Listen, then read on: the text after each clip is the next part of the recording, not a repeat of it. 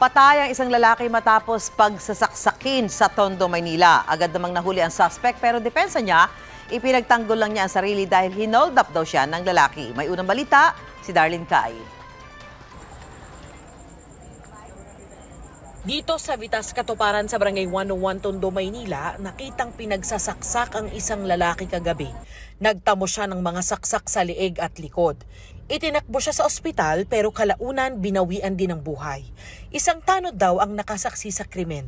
Habang siya ay nagpapatrolya doon sa kanilang lugar na nasasakupan, nang matsyempohan niya at maaktuhan niya na sinasaksak nitong suspect yung biktima. At nung habang papalapit siya, nakita siya nung suspect. Kaya ang ginawa ng suspect is nagmamadaling tumakbo para makatakas. Dala-dala yung ginamit niyang patalim. Hanggang ngayon, hindi pa natutukoy ang pagkakakilanlan ng biktima. Sa follow-up operation ng pulisya, natunton at naaresto ang suspect na kinilalang si John Mark Agrada. Ayon sa pulisya, positibo siyang kinilala ng nakasaksi sa krimen. Base sa record ng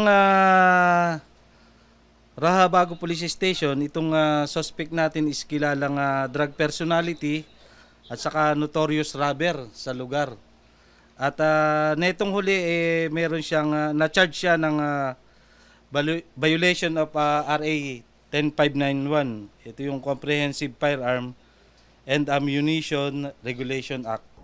Depensa ng suspect, ipinagtanggol lang niya ang sarili dahil hinahold up daw siya. Itinanggi niya rin siya ang sumaksak sa biktima. Nakuha niya po yung pera ko. Tapos? Kasi yun po, nalaman po ng kasama ko. Kasama ko po yung gumawa niya. Hindi po ako. Sa sobrang dami ng tinamong saksak ng biktima, hindi mahirap pa mapatunayan yung self-defense na sinasabi ng suspect. Ito ang unang balita sa Maynila. Darlene Kai para sa GMA Integrated News. Mauna ka sa mga balita, bisitahin at mag-subscribe sa GMA Integrated News sa YouTube. Sa mga kapuso abroad, samahan nyo kami sa GMA Pinoy TV at sa www.gmanews.tv.